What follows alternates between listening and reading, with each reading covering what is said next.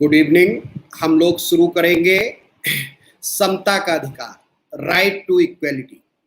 मैंने आपको पहले भी बताया है कि राइट टू इक्वेलिटी, समता के अधिकार के लिए आपके कुल कितने अनुच्छेद हैं, तो आगे ब्रैकेट में लिख लीजिए आर्टिकल 14 टू आर्टिकल 18, अनुच्छेद 14 से अनुच्छेद 18 तक। अनुच्छेद 14 से अनुच्छेद 18 तक इन अनुच्छेदों में समता का अधिकार हम लोगों को प्रदान किया गया है राज्य के द्वारा। इसमें कुछ अधिकार व्यक्तियों के लिए हैं, अर्थात नागरिक और व्यक्ति सबको प्राप्त होंगे, और कुछ अधिकार सिर्फ और सिर्फ नागरिकों को प्राप्त होंगे, जो व्यक्तियों को प्राप्त नहीं होंगे, सिर्फ नागरिकों को प्राप्त होंगे। तो अब हम शुरू करते हैं अनुच्छेद 14। हेडिंग डालिए आर्टिकल 14, अनुच्छेद 14, विधि के समक्ष समता, equality before law. Equality before law, विधि के समक्ष समता। आगे लिखिए, इस आर्टिकल की भाषा जो है वो लिखवाता हूं। राज्य भारत के राज्य क्षेत्र में किसी व्यक्ति को विधि के समक्ष समता से या विधियों के समान संरक्षण से वंचित नहीं करेगा। The state shall not deny to any person equality before the law or the equal protection of the laws within the territory of India। अब इस बात को हम समझने की कोशिश करते हैं। क्या कहा गया? राज्य। राज्य की परिभाषा अनुच्छेद 12 में कल हम आपको समझा चुके हैं। वही राज्य जिस राज्य के तहत केंद्र की सरकार और भारतीय संसद, प्रत्येक राज्य की राज्य सरकारें और विधानमंडल भारत राज्य क्षेत्र के अधीन स्थानीय व अन्य प्राधिकारी, तो कुल मिलाकर जो भी सरकारी लोग हैं और स्थानीय अधिकारी लोग हैं, इन सबको हम राज्य मान रहे हैं। तो ये राज्य क्या नहीं करेगा? तो राज्य भारत के राज्य क्षेत्र में किसी व्यक्ति को, अब यहाँ पर ही ये शब्द लिखा हुआ है किसी व्यक्ति को, जिससे क्लियर है कि ये अधिकार अनुच्छेद 14 से जो समता का अधिकार मिल रहा है, ये किसको मिल रहा है? व्यक्तियों को। व्यक्तियों को कहने का अर्थ यही होगा कि नागरिक ऑलरेडी इसमें शामिल होंगे। तो भारत के राज्य क्षेत्र में किसी व्यक्ति को विधि के समक्ष समता से या विधियों के समान संरक्षण से वंचित नहीं करेगा। क्या नहीं करेगा? कि सबको विधि के समक्ष समान मानेगा राज्य, या सबको विधियों का समान संरक्षण प्रदान करेगा। और यह बात कही गई अनुच्छेद 14 में। अनुच्छेद 14 कुल इतनी ही लाइन है, लेकिन अब इसकी व्याख्या थोड़ी लंबी होती है। इससे कई प्रश्न पैदा होते हैं। प्रीलिम्स, मेंस, इंटरव्यू तक लगातार आपको इससे पैदा हुए प्रश्नों से जूझना पड़ता है। देखने में यह बहुत छोटा वन लाइनर आर्टिकल है, लेकिन इसकी व्याख्या बहुत लंबी है।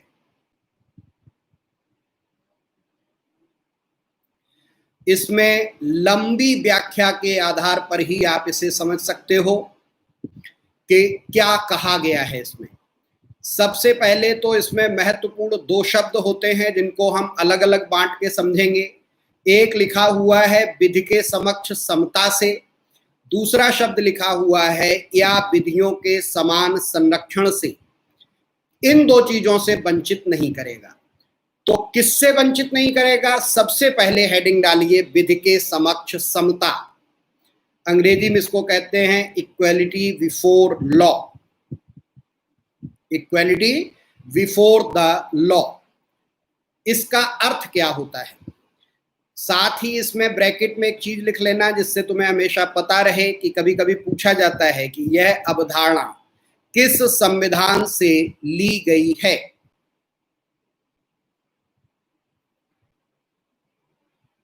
किस संविधान से ली गई है? तो ब्रैकेट में याद रखने के लिए यूनाइटेड किंगडम, यूके या ब्रिटिश कॉन्स्टिट्यूशन, तो ये ब्रिटेन से अवधारणा आई है। इसका अर्थ होता है किसी भी व्यक्ति को विशेषाधिकार नहीं मिलेगा। किसी भी व्यक्ति को विशेषाधिकार नहीं दिया जाएगा। प्रत्येक व्यक्ति समान कानून से ही शासित होगा। ये किसमें कहा गया? विधि के समक्ष समता। पहले हेडिंग डालिए विधि के समक्ष समता, जिसमें मैंने आपको बताया कि विधि के समक्ष समता का अर्थ क्या होगा कि किसी भी व्यक्ति को कोई भी विशेषाधिकार प्राप्त नहीं होगा, विशेषाधिकार नहीं दिया जाएगा। प्रत्येक व्यक्ति समान कानूनों द्वारा ही शासित होगा।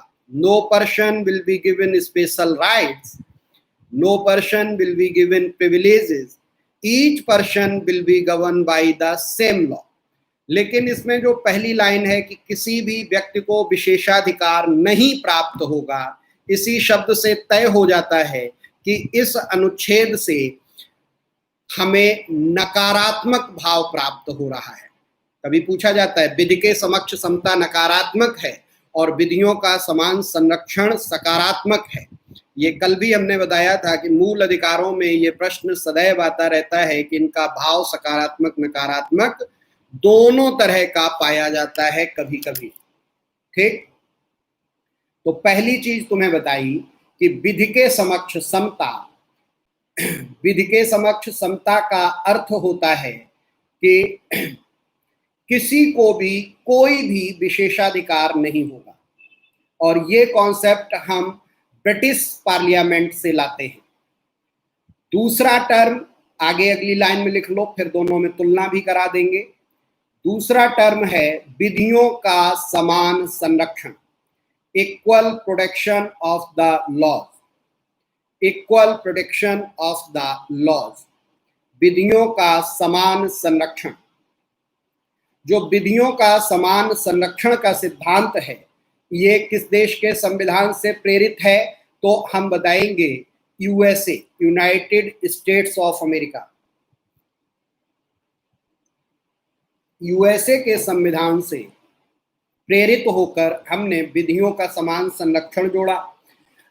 इसका अर्थ क्या होता है?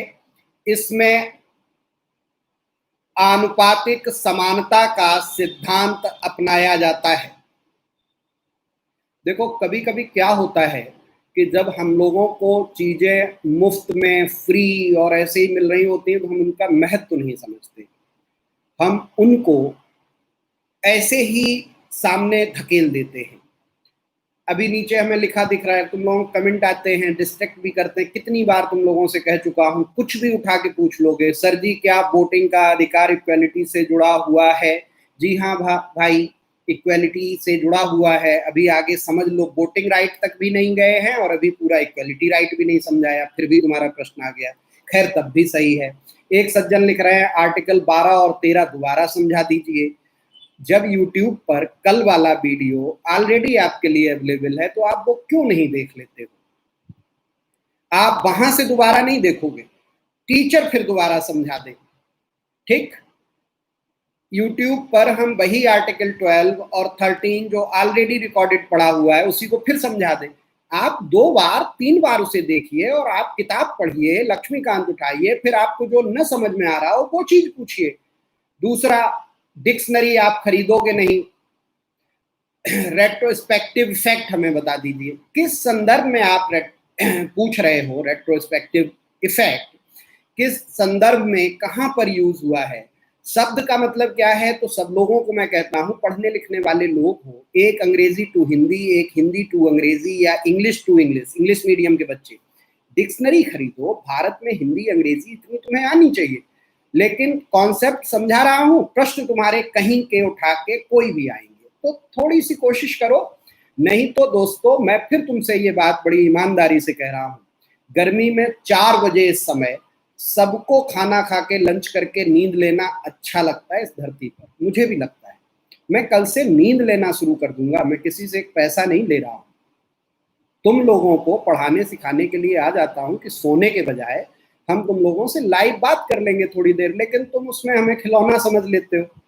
बड़ी पीड़ा के साथ कह रहा हूँ, सिर्फ 42 लोग जुड़े हैं, 42 लोगों के लिए एक तो मैं नहीं आने वाला हूँ, इतना खाली नहीं हूँ। दूसरी चीज, इसे धमकी न समझा जाए, और धमकी समझा भी जाए तो कुछ धमकियां अच्छी होती हैं। पटेल साहब ने धमकी देके ही पूरे के पूरे भारत का एकीकरण किया था। एक हाथ में लड्डू और एक हाथ में लाठी लेकर जाते थे और धमकी देके ही मिलाते थे।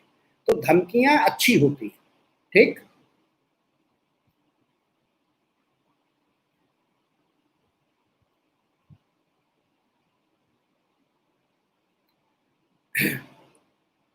डिक्शनरी देखोगे नहीं, शब्दों के मतलब समझोगे नहीं, खुद पढ़ने लिखने की कोशिश नहीं करोगे। पढ़ा आदमी आर्टिकल 14 रहा है, बीच में तुम्हें कोई शब्द पूछना है, आर्टिकल 12-13 दोबारा। हमें गुस्सा आया है इस क्वेश्चन, गुलशन जैदी, आर्टिकल 12-13 दोबारा समझा दीजिए।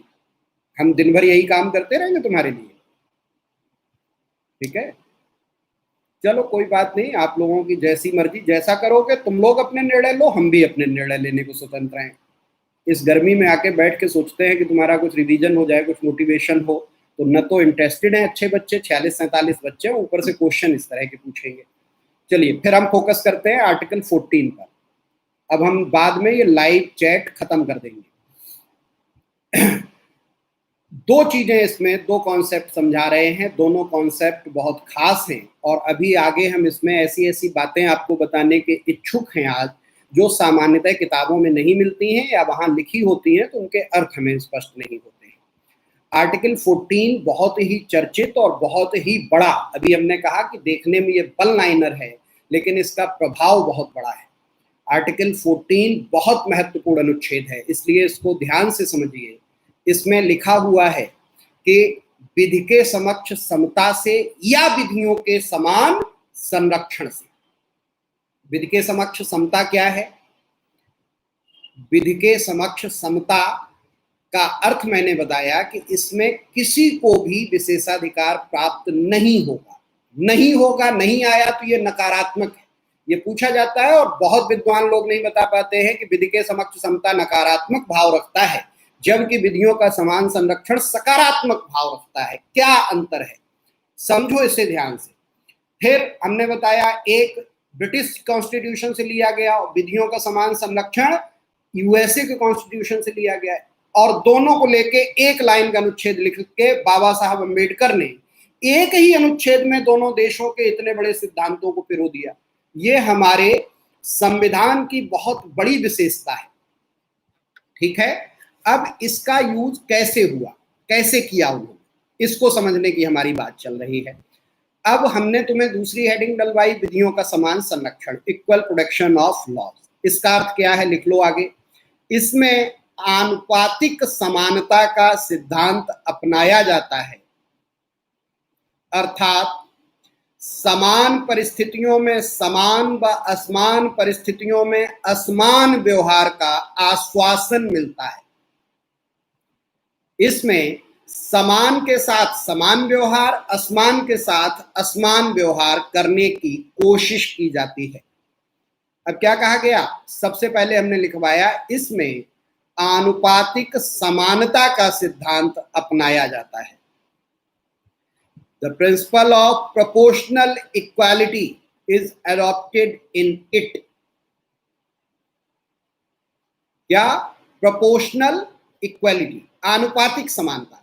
अनुपात क्या होता है कि जो आदमी जिस अनुपात में कमजोर है उस आदमी को उस अनुपात में ज्यादा मदद दी जाएगी, जो आदमी जिस अनुपात में ज्यादा ताकतवर है उस आदमी को उस अनुपात में कम मदद दी जाएगी।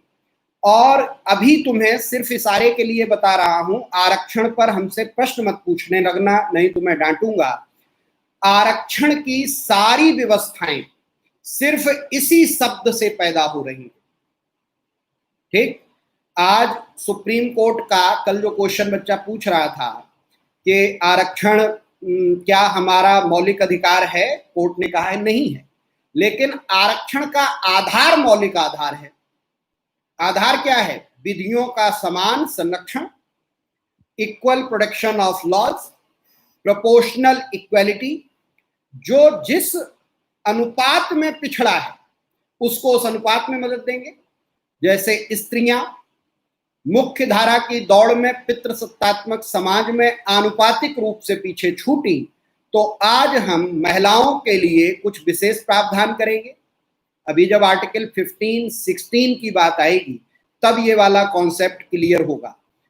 जो हम ये कॉन्सेप्ट समझा रहे हैं प्रोपोर्शनल इक्वालिटी वाला, इक्वल प्रोटेक्शन ऑफ लॉ, विधियों का समान संरक्षण, ये ही व्याख्या के रूप में आगे 15 और 16 के आधार तय करेगा और सारे रिजर्वेशन की भूमिका अनुच्छेद 14, 15 की 7 व्याख्या से, नौकरियों में रिजर्वेशन की 15 और 16 की एक साथ व्याख्या से पैदा होती है। उस कॉन्सेप्ट को भी समझाएंगे, लेकिन 1 से 2 दिन लगेगा समझने में, ये बहुत डिटेल में हमें समझना पड़ेगा।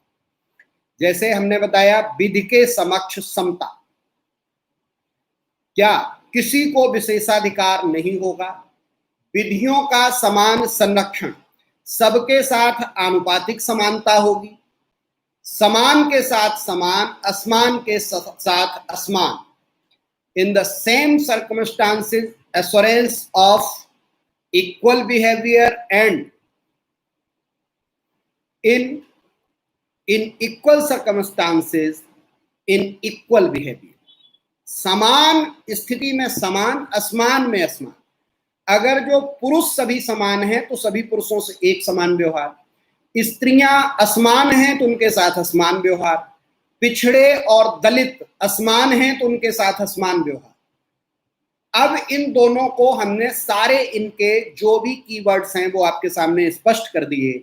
वो यह है कि विधि के समक्ष समता नकारात्मक दृष्टिकोण रखता है और यह किसी को भी विशेषाधिकार न देने की बात करता है, और विधियों का समान संरक्षण सकारात्मक प्रभाव रखता है और ये सभी के साथ आनुपातिक समानता के सिद्धांत पर व्यवहार करने की इच्छा या आश्वासन प्रकट करता है।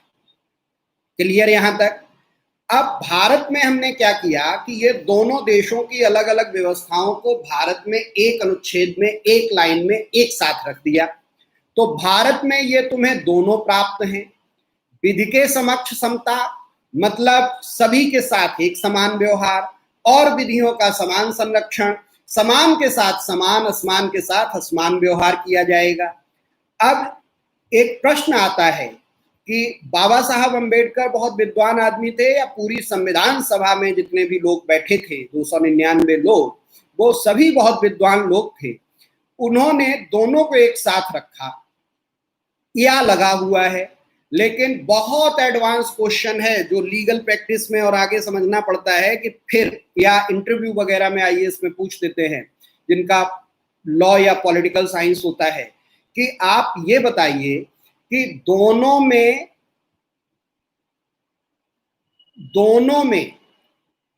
अंतर है, अलग अलग व्यवस्थाओं से आए, दोनों को एक ही अनुच्छेद में रखा गया, लेकिन फिर भी हेडिंग विधि के समक्ष समता ही बनाई गई, विधियों का समान संरक्षण क्यों नहीं बनाया गया?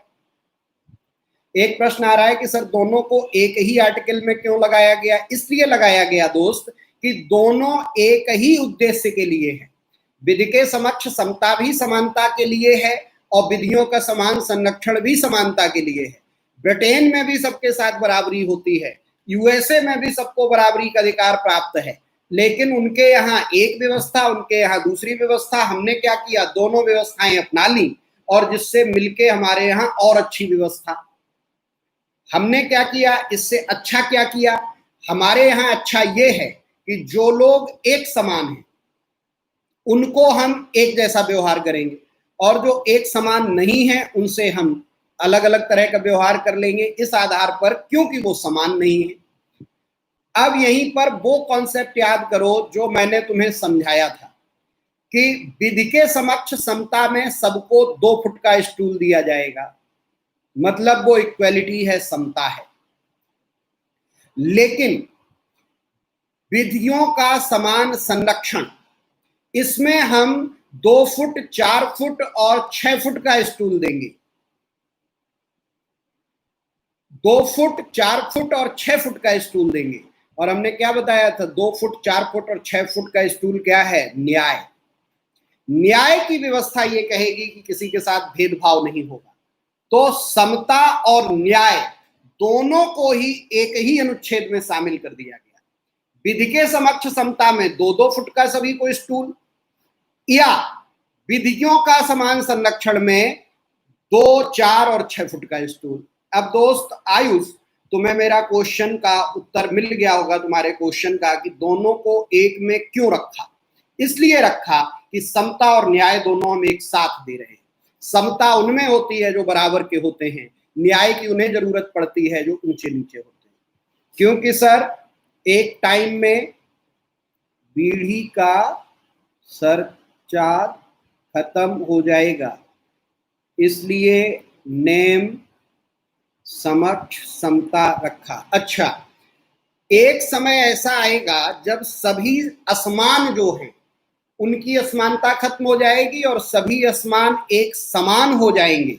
तो जब सभी असमान एक समान हो जाएंगे तो फिर विधियों के समान संरक्षण की जरूरत ही नहीं पड़ेगी।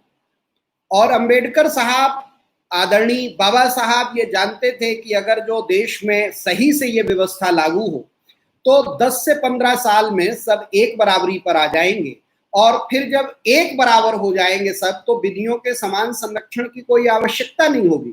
फिर तो हमें सिर्फ सबके साथ एक जैसा व्यवहार करना होगा। कुल मिला के इतनी बात है इस आर्टिकल में। अब तुम लोग किताब पढ़ोगे तो वहां पे इसके कुछ अपवाद दिए गए होंगे कि इसके कुछ अपवाद हैं, जैसे आर्टिकल 361। तो 361 में क्या है कि राष्ट्रपति और राज्यपाल के लिए विशेष प्रावधान है, special provision for the president and the governor. यहाँ पे ये ध्यान रखना कि ये अधिकार व्यक्तियों को दिया गया है, और राष्ट्रपति और राज्यपाल को जो विशेष प्रावधान है वो विशेष प्रावधान किसी व्यक्ति को न होकर वो पद को दिए गए। राष्ट्रपति के पद पर जो बैठा होगा उससे पदावधि के दौरान कोई भी विवाद बाद में उसका नाम नहीं आएगा।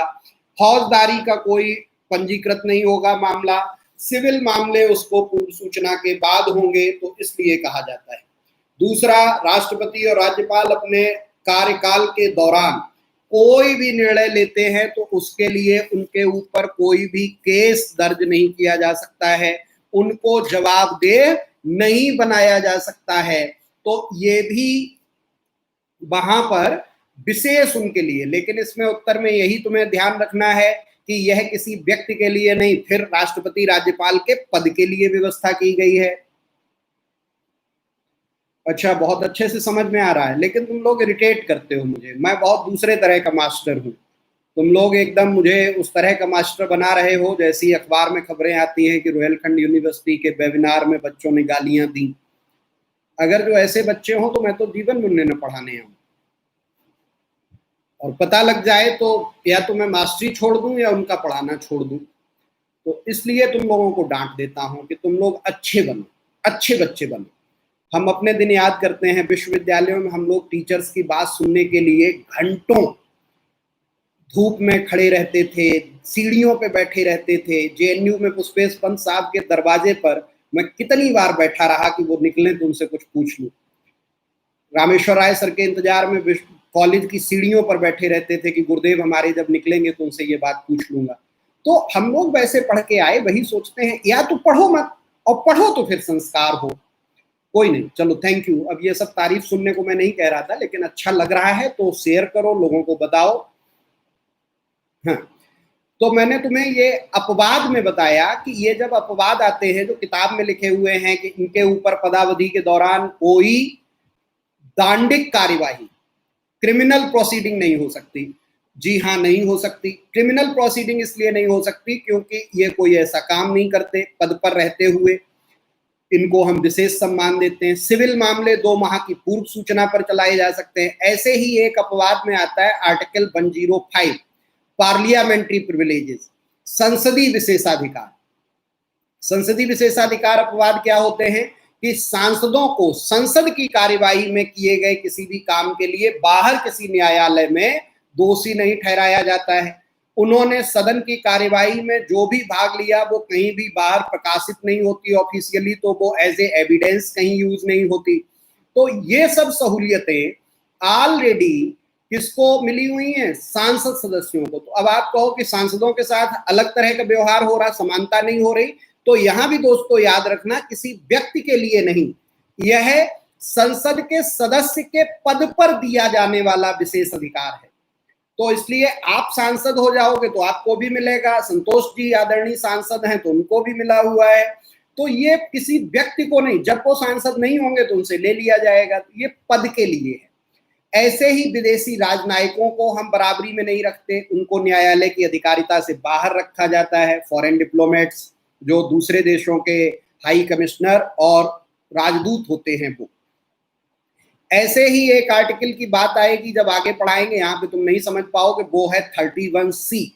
उसके बारे में कहा जाता है कि जहां आर्टिकल 31C आ जाता है वहां आर्टिकल 14 चला जाता है। किताबों में ऐसी भाषा लिखी होगी, उसको हम तुम्हें तब समझाएंगे जब 41 अभी समझ लो, 31 जब समझाएंगे तब बता देंगे कि 31C कैसे 14 से अलग है।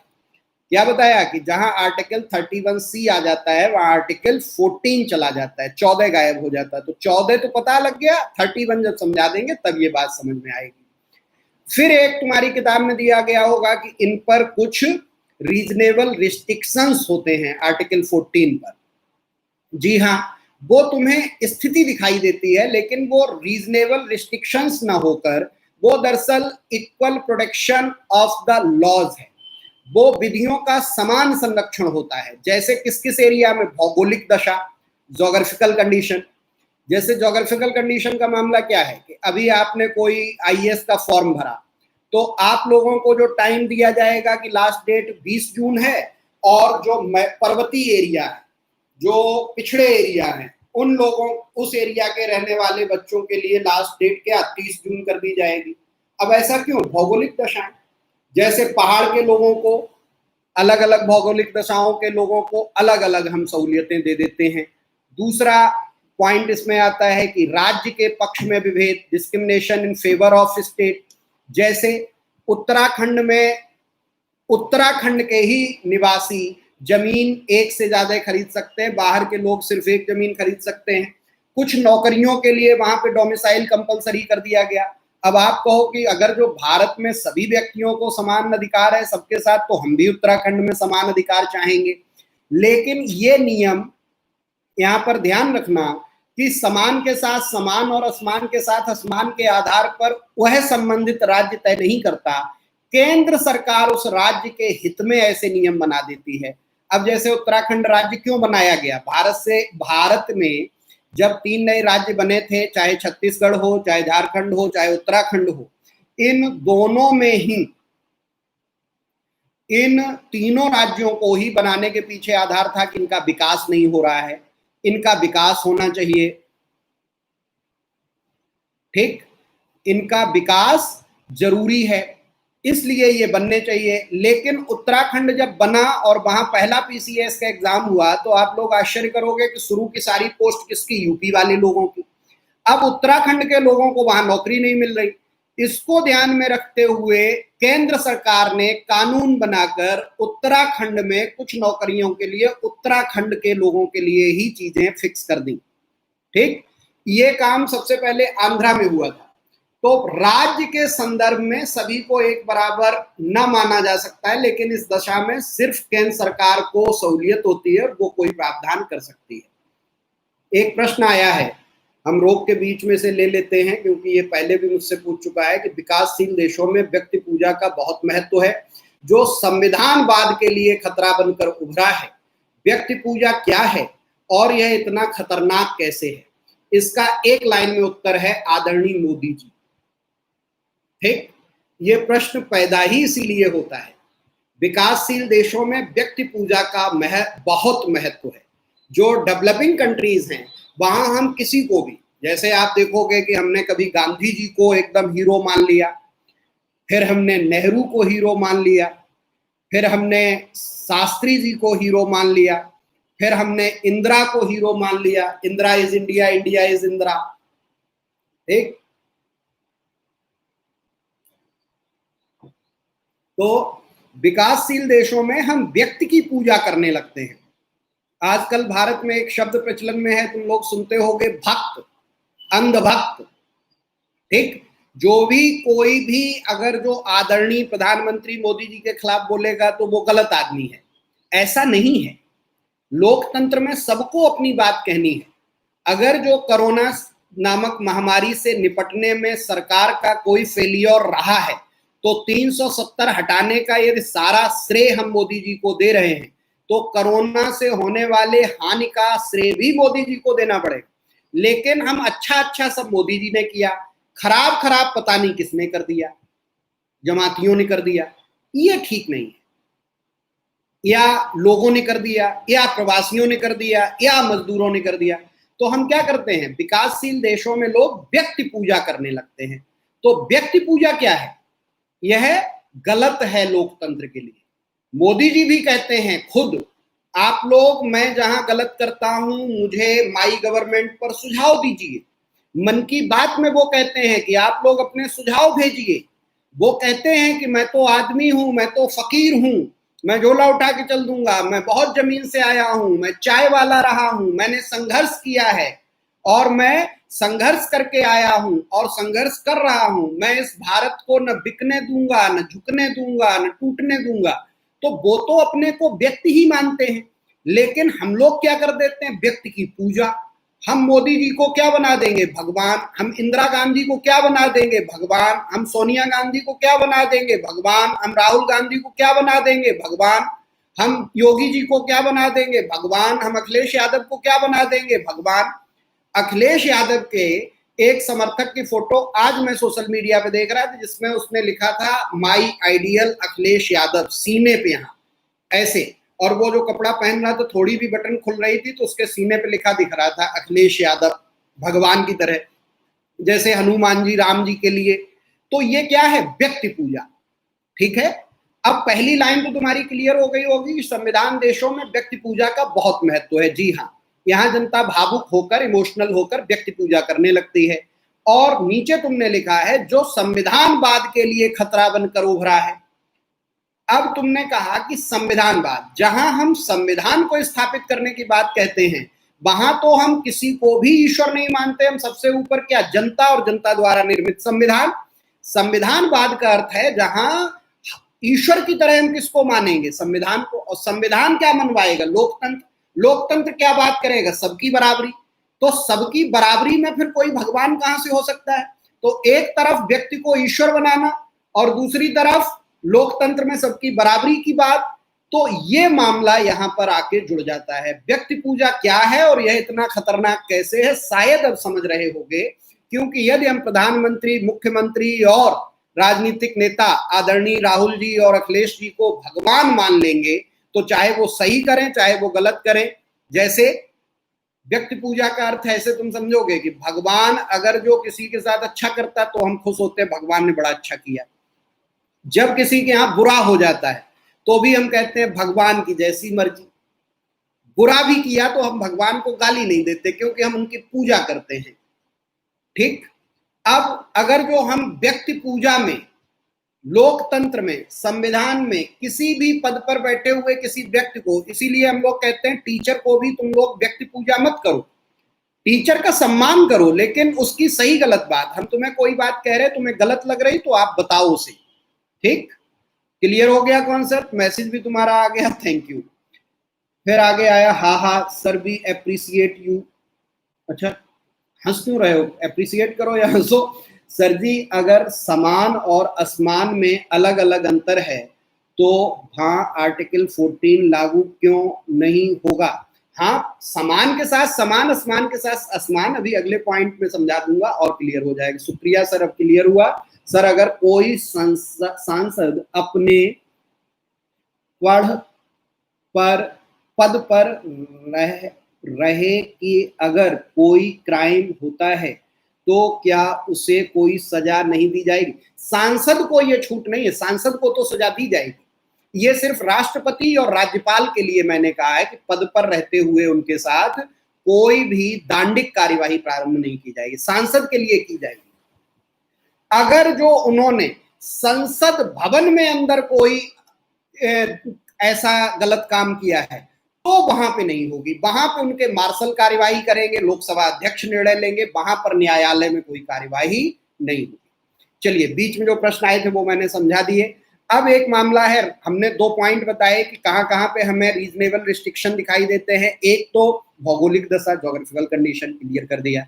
दूसरा, राज्य के पक्ष में, राज्य के संदर्भ में वो भी क्लियर कर दिया, यदि कोई पिछड़ा राज्य है तो वहां के नागरिकों के लिए, वहां के निवासियों के लिए केंद्र सरकार कोई ऐसा कानून बना सकती, राज्य सरकार को कोई अधिकार नहीं। फिर तीसरा पॉइंट है कराधान के संदर्भ में, इन रिलेशन टू टैक्सेशन। इससे जो प्रश्न तुमने पूछा है बेटा, समान के साथ असमान, अब इसे समझ लो। हमने क्या किया कि जो लोग भाई 2.5 लाख से कम कमाते हैं, जो भी लोग 2.5 लाख से कम कमाते हैं उनसे हम कोई टैक्स नहीं लेंगे, क्योंकि वो सारे एक समान हैं, वो जीने भर के लिए कमाते हैं। लेकिन जो भी व्यक्ति 2.5 लाख से ऊपर कमाएगा उससे हम 5% टैक्स लेंगे, ठीक। या अब नए प्रावधानों में उसमें बदलाव हो गया, हम उदाहरण के लिए समझा रहे हैं, तो हम उनसे नहीं लेंगे। लेकिन जो 10 लाख से ऊपर कमाएगा उससे हम 30% टैक्स लेंगे, जो 5 लाख से ऊपर कमाएगा उससे हम 20% टैक्स लेंगे। तो इसमें क्या होता है कि मुकेश अंबानी की इनकम में भी 2.5 लाख हम निकाल देते हैं, उस पर कोई टैक्स नहीं लेते। हमारा भी ये जो टैक्स का सर्टिफिकेट लगा है कि मैंने बहुत दिया, तो मुझसे भी सरकार 2.5 लाख पे नहीं लेती। 2.5 लाख के ऊपर मैं जो भी कमाता हूं उस पर अलग अलग दरों से। तो अब क्या हो गया, 2.5 लाख, 0 से 2.5 लाख कमाने वाले एक समान, तो उनसे कोई टैक्स नहीं। 2.5 लाख से 5 लाख एक समान, तो उनसे 5%। 5 लाख से 10 लाख तक कमाने वाले एक समान, तो उससे 10% टैक्स एक समान, ठीक। 20% टैक्स एक समान।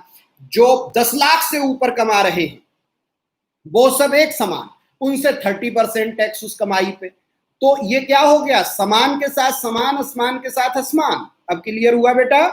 तो टैक्सेशन में हम सबसे अलग अलग दरों से टैक्स लेते हैं, लेकिन फिर भी ये बराबरी क्यों मानी जाती है? क्योंकि समान से समान और असमान से असमान। फिर आयु व लिंग के आधार पर, on the basis of age and gender, हम क्या भेदभाव करते हैं कि स्त्री और पुरुष में भेद कर देते हैं, लेडीज फर्स्ट। अब तुम कहो जब बराबरी है तो फिर लेडीज कैसे फर्स्ट? अभी अनुच्छेद 15 में भी ये मुद्दा आएगा। लेडीज फर्स्ट इसलिए, लेडीज को इसलिए मेट्रो में भी एक डिब्बा अलग से, फिर भी सीटें उनके लिए रिजर्व, बस में उनके लिए सीटें रिजर्व, क्योंकि चूंकि वो असमान है, स्त्रियों के साथ अभी तक समाज में समान व्यवहार नहीं किया गया, इसलिए आज हम, चूंकि वो समान नहीं है, असमान है, तो उनके साथ व्यवहार भी असमान। असमान में क्या, उनको हम अतिरिक्त सहायता और सहूलियत प्रदान करेंगे। अब शायद ये पॉइंट क्लियर हो गया होगा। ऐसे ही विशेष न्यायालय या न्यायिक प्रक्रिया, special court and judicial procedure, जैसे कुछ मामले फास्ट ट्रैक कोर्ट में चले जाएंगे, कुछ मामले अलग तरीके से सुने जाएंगे। तो जब अपराध सबके साथ हुआ तो सबके साथ बराबरी हो? नहीं। अगर जो असमान अपराध, कि दामिनी केस अलग तरह का है, असमान है, सामान्य नहीं है, तो उसमें असामान्य जुडिशियल प्रक्रिया अपनाई जाएगी। तो समान के साथ समान, असमान के साथ असमान, इसी को कहते हैं इक्वल प्रोटेक्शन ऑफ लॉज, जिसके आधार पर हमें दिखता है कि अनुच्छेद 14 पर भी कुछ युक्त निर्बंधन लग जाते हैं। ये कुल बात हमारी हुई अनुच्छेद 14 की। अनुच्छेद 14 से जुड़ा हुआ किसी के मन में कोई भी प्रश्न हो तो आप हमसे पूछ सकते हैं।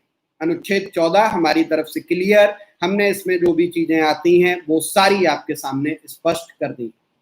अब अनुच्छेद 15 हेडिंग डालिए। अनुच्छेद 15 में किसी का भी कोई भी क्वेश्चन होगा वो बाद में पूछोगे, अभी सिर्फ 14 में पूछोगे, ठीक।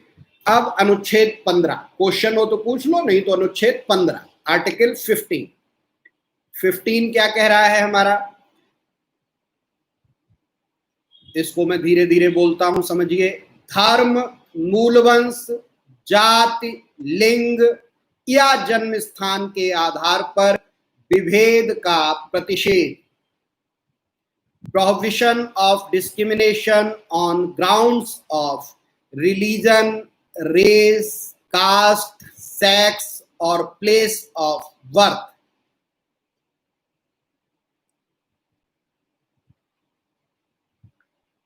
धर्म, मूलवंश, जाति, लिंग या जन्म स्थान के आधार पर विभेद का प्रतिषेध, prohibition of discrimination on ground of religion, race, caste, sex और प्लेस ऑफ बर्थ, ठीक। ये है हेडिंग अनुच्छेद 15 की। अब इसको हम एक एक पॉइंट समझेंगे। पहला पॉइंट इसमें जो दिया गया है, अब वो लिख लो या समझ लो, सुन लो, किताब में सब लिखा हुआ है, सिर्फ समझ भी लोगे तो भी सब किताब में है। पहला पॉइंट, राज्य किसी नागरिक के विरुद्ध केवल धर्म, मूलवंश, जाति, लिंग, जन्म स्थान या इनमें से किसी के आधार पर कोई विभेद नहीं करेगा। The state shall not discriminate against any citizen on grounds only of religion, race, caste, sex, place of birth or any of them.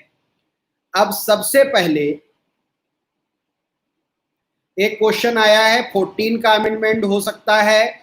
आज की तारीख में भारतीय संविधान के किसी भी अनुच्छेद में अमेंडमेंट हो सकता है, साथ ही प्रियम्बल में भी अमेंडमेंट हो सकता है। 368 में पूरे संविधान पर अमेंडमेंट का अधिकार संसद को है और हमेशा हो सकता है। फिर 15 पर आ जाओ। इसमें पहले ही पॉइंट में सबसे पहले तो क्या क्लियर कर दिया गया, राज्य किसी नागरिक के विरुद्ध केवल धर्म, मूल वंश, जाति, लिंग, जन्म स्थान या इनमें से किसी के आधार पर कोई विभेद नहीं करेगा। तो यह क्लियर है कि यह अधिकार सिर्फ नागरिकों के लिए है। लिख लो, ओनली फॉर सिटीजन। साफ साफ लिखा हुआ है, राज्य किसी नागरिक के विरुद्ध। अब यह सिर्फ नागरिकों के लिए है, अर्थात व्यक्तियों को नहीं होगा। जी हाँ, व्यक्तियों को नहीं होगा। इसीलिए आर्टिकल 15 सिटीजन के लिए राइट है। क्लियर। आगे इसमें कहा गया कि राज्य किसी नागरिक के विरुद्ध केवल किस आधार पर, केवल ओनली ऑफ धर्म, रिलीजन, मूल वंश, रेस, जाति, कास्ट, लिंग, सेक्स, जन्म स्थान, प्लेस ऑफ बर्थ, टोटल 5 चीजें कही गई। इन 5 में से किसी भी एक के आधार पर नहीं करेगा, या इनमें से किसी एक के आधार पर या इनमें से किसी के आधार पर कोई विभेद नहीं करेगा। मतलब कोई भी डिस्क्रिमिनेशन नहीं होगा इन 5 में से किसी एक के आधार पर या इन 5 आधारों पर या केवल इनके आधार पर। अब इसको केवल क्यों कहा जाता है? मान लो किसी बच्चे ने मेरे क्लास में अनुशासनहीनता की और मैंने उसको क्लास से निष्कासित किया। अब वो किसी विशेष समुदाय का है और वो कह रहा है कि इन्होंने मुझे धर्म के आधार पर मेरी क्लास से निकाल दिया। तो क्या मैंने 15 का उल्लंघन किया है? जी नहीं। धर्म उसका कोई भी हो, केवल धर्म के आधार पर नहीं निकाला है, हमने उसको अनुशासनहीनता के आधार पर निष्कासित किया है, उदाहरण के तौर पे बता दिया। ठीक। अब ये पहला पॉइंट तुम्हें क्लियर हो गया होगा कि राज्य नागरिकों को यह गारंटी देता है कि वह किसी को भी सिर्फ इन 5 आधारों में से किसी एक के आधार पर नहीं निकाल सकता। तो इसमें क्या है कि एक तो ये सिर्फ और सिर्फ किसको प्राप्त है? नागरिकों। दूसरी सूचना, अनुच्छेद 15 को आधुनिक समाज की स्थापना का अनुच्छेद माना जाता है। ठीक, क्योंकि सामाजिक रूप से यह बराबरी की घोषणा करने वाला अनुच्छेद है, समाज में बराबरी। तो ये पॉइंट जरूर याद रखना। अगर जो कहीं स्टेटमेंट बना दिया जाए, क्वेश्चन पूछ दिया जाए, आधुनिक समाज की कौन सा अनुच्छेद स्थापना करता है, तो वो है अनुच्छेद 15, आर्टिकल 15। ठीक, इसीलिए इसको सामाजिक अधिकारों का मैग्ना कार्टा कहा जाता है। सामाजिक अधिकार, सामाजिक अधिकार अनुच्छेद 15 देता है। सामाजिक न्याय का मैग्ना कार्टा, सामाजिक अधिकारों का मैग्ना कार्टा। और मैग्ना कार्टा क्या है, ये आप लक्ष्मीकांत में ढूंढोगे और सब बच्चे ढूंढेंगे। होमवर्क दे दे रहा हूं, हिंट दे दे रहा हूं कि हर चैप्टर के पीछे जो रेफरेंस दिए होते हैं, संदर्भ, वहां पे उन्होंने मैग्ना कार्टा समझाया है। और मैग्ना कार्टा शब्द अनुच्छेद 15 में आ गया, फिर 21 में आ जाएगा, फिर 32 में आ जाएगा, बहुत जगह आएगा। इसे मैग्ना कार्टा कहा जाता है, इसे सामाजिक अधिकारों का मैग्ना कार्टा कहा जाता है। तो मैग्ना कार्टा क्या है? मैग्ना कार्टा ठीक से समझ लेना, ये 1215 की अवधारणा है कि जब ब्रिटेन में सामंतों के दबाव में वहां के राजा ने नागरिक अधिकारों की घोषणा की, तो उसे मैग्ना कार्टा कहा गया। इसलिए आज दुनिया में कहीं भी जहां भी नागरिकों के सबसे बड़े अधिकारों की प्राप्ति की बात होती है तो उसको उदाहरण के तौर पर हम तुलना में मैग्ना कार्टा कह देते हैं। ये तुम्हारे लक्ष्मीकांत में दिया गया, देख लेना। ठीक, तो ये आधुनिक समाज की स्थापना का अनुच्छेद है, ये सामाजिक न्याय का मैग्ना कार्टा है, ये सामाजिक बराबरी का। इससे तुम्हें समझ में आ जाएगा कि अनुच्छेद 15 कितना महत्वपूर्ण है। इस यहां तक किसी का कोई प्रश्न हो पूछते रहना। हम आगे बढ़ रहे। 15(2) 15(2) क्या कहता है? कोई नागरिक केवल धर्म, मूलवंश, जाति, लिंग, जन्म स्थान या इनमें से किसी के आधार पर दुकानों, सार्वजनिक भोजनालयों, होटलों, सार्वजनिक मनोरंजन के स्थानों में प्रवेश या पूर्णतः या भागतः राज्य निधि से पोषित या साधारण जनता के प्रयोग के लिए समर्पित कुओं, तालाबों, स्नान घाटों, सड़कों और सार्वजनिक समागम के स्थानों के उपयोग के संबंध में किसी भी निर्योग्यता, दायित्व, निर्बंधन या शर्त के अधीन नहीं होगा। No citizen shall on grounds only of religion, race, caste, sex, place of birth or any of them be subject to any disability, liability, restriction or condition with regard to access to shops, public restaurant, hotels and places of public entertainment or the use of wells, tanks, bathing ghats, roads and places of public resort maintained wholly or partly out of state fund or dedicated to the use of general public। कोई नागरिक केवल धर्म, मूलवंश, जाति, लिंग, जन्म स्थान या इनमें से किसी के आधार पर दुकानों, सार्वजनिक भोजनालयों, होटलों और सार्वजनिक मनोरंजन के स्थानों में प्रवेश या पूर्णतः या भागतः राज्य निधि से पोषित या साधारण जनता के प्रयोग के लिए समर्पित कुओं, तालाब घाटों, स्नान घाटों, सड़कों और सार्वजनिक समागम के स्थानों के उपयोग के संबंध में किसी भी निर्योग्यता, दायित्व, निर्बंधन या शर्त के अधीन नहीं होगा। अब इस लाइन को समझ लो। क्या कहा गया कि किसी भी व्यक्ति को केवल धर्म, जाति, मूलवंश, लिंग, जन्म स्थान के आधार पर हम कहां भेदभाव नहीं कर सकते। सबसे पहले दुकान, ये दुकान आपने खोली, आप कहो सिर्फ हिंदुओं को सामान देंगे, नहीं चलेगा। सार्वजनिक भोजनालय, रेस्टोरेंट खोला है तो आप तय नहीं कर सकते कि इसमें सिर्फ हिंदू खाना खाएंगे, सिर्फ मुस्लिम खाना खाएंगे। आप कहो नहीं, लिखा रहता है मुस्लिम भोजनालय। हाँ, मुस्लिम भोजनालय लिखा है, लेकिन जरूरी नहीं कि सिर्फ मुस्लिमों को ही हम खाना देंगे। ऐसे ही कहां पर? होटलों में सार्वजनिक मनोरंजन के स्थान जैसे सिनेमाघर, मॉल, पार्क, फिर पूर्णतः या भागतः राज्य निधि। यदि सरकार के पैसे से एक भी पैसा सरकार का लगा है या पूरा पैसा सरकार का लगा है तो ऐसी किसी भी संस्था में कहीं भेदभाव नहीं हो सकता। या फिर साधारण जनता के प्रयोग, सरकारी पैसा नहीं लगा है, आपने निजी बस चलानी शुरू की है बरेली से बदायूं, चौपला से आप सवारी बिठा रहे हो, लेकिन आपने कह दिया कि नहीं, हमारी बस में तो चूंकि हमारा पैसा लगा है हम सिर्फ मुस्लिमों को लेकर जाएंगे। तो चूंकि आपने जनता के हित के लिए समर्पित कर दिया, जैसे हमारी कोचिंग पूरा निजी पैसा लगा हुआ है, सरकार से एक पैसा भी नहीं लगा है राज्य निधि से, लेकिन हम कहें कि सिर्फ हम तो क्रिश्चियंस को पढ़ाएंगे, हिंदू और मुस्लिम्स को नहीं पढ़ाएंगे, तो हम ऐसा कर सकते? नहीं कर सकते, क्योंकि हमने जनता के हित के लिए, तो यही क्या लिखा हुआ है, साधारण जनता के प्रयोग के लिए समर्पित कुओं, तालाबों, स्नान घाटों। पुराने जमाने में इनका बहुत यूज था, ठाकुर का कुआं, कहानी पढ़ोगे। सार्वजनिक समागम के स्थान, पब्लिक मीटिंग पॉइंट जैसे पार्क या पब्लिक प्लेस, इन पर किसी को भी हम ये कह दें आप यहां आने के योग्य नहीं हो, आप यहां नहीं आ सकते, आप प्रवेश नहीं कर सकते, ऐसा कोई भेदभाव नहीं होगा। ये बताया गया है 15(2) में। ठीक है, तो 15 अनुच्छेद हमने आपके सामने स्पष्ट कर दिया, जो 5 आधारों पर भेदभाव न करने की गारंटी देता है।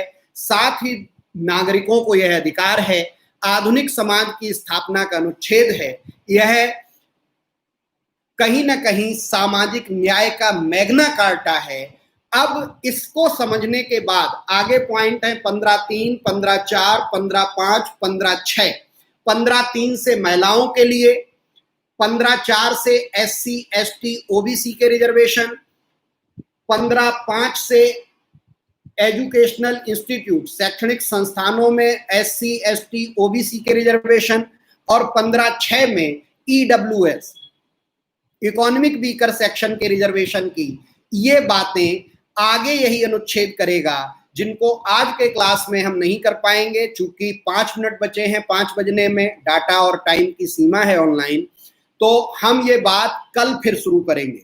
तो अनुच्छेद 15 का मुख्य हिस्सा मैंने तुम्हें बता दिया। क्या लिखा है? अमित तुम अपना क्वेश्चन पूछो फटाफट, जो भी क्वेश्चन होते हैं पूछ लिया करो, जो पढ़ा रहा उससे संबंधित, कभी भी बीच में भेजो, कोई दिक्कत नहीं, बिना पूछे। तो अनुच्छेद 14 हमने समझाया समानता का, और अनुच्छेद 15 दोनों बहुत महत्वपूर्ण अनुच्छेद हैं। ये तुम्हें पता होंगे तो तुम अपने अधिकारों की लड़ाई भी लड़ पाओगे। इसलिए इनको ठीक से समझना, किताब से पढ़ना, मन में जो भी डाउट आ रहे वो तुम हमसे पूछ डालो, ठीक है? यहां तक किसी का कोई भी डाउट है पूछो। अनुच्छेद 15 अभी पूरा नहीं हुआ है, कल हम इसको पूरा करेंगे, जिसमें हम आपको बताएंगे कि किस तरह से महिला आरक्षण, किस तरह से अनुसूचित जाति, अनुसूचित जनजाति, पिछड़े वर्गों का आरक्षण, फिर शैक्षिक संस्थानों में आरक्षण, उसके बाद फिर आर्थिक पिछड़े वर्ग के लिए जो आरक्षण का प्रावधान मोदी जी ने किया है वो क्या है, ये सब कल समझाएंगे।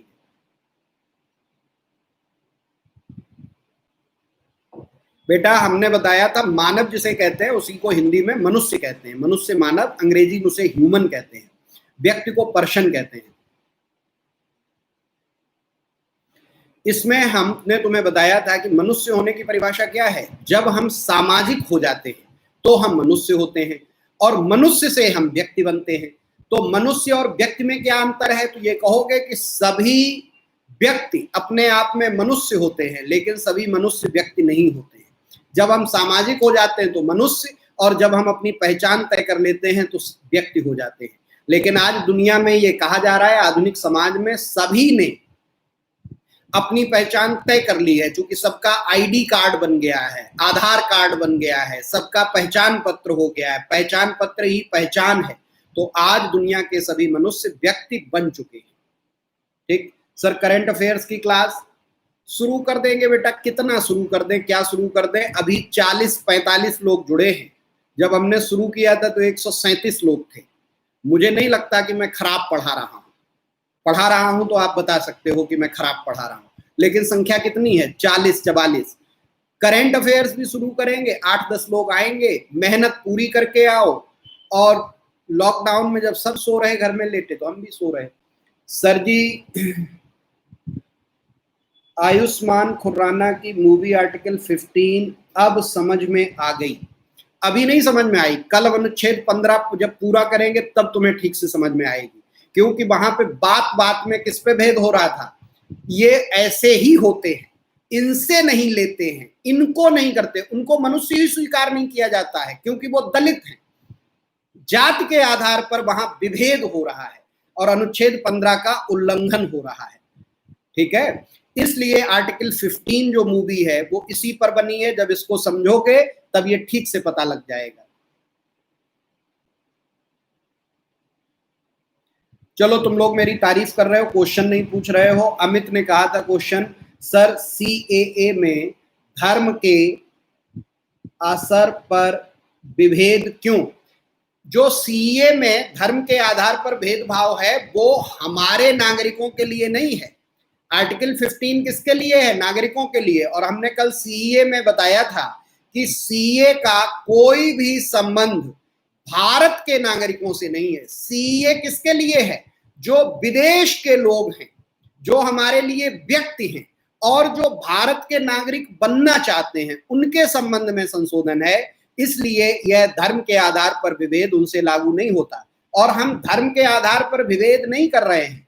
हम अन्य देशों में जहां की धर्म के आधार पर भेदभाव हो रहा है, उन धर्म के आधार पर भेदभाव किए गए लोगों के साथ न्याय कर रहे हैं CAA के माध्यम से। यह हमारा पक्ष होगा।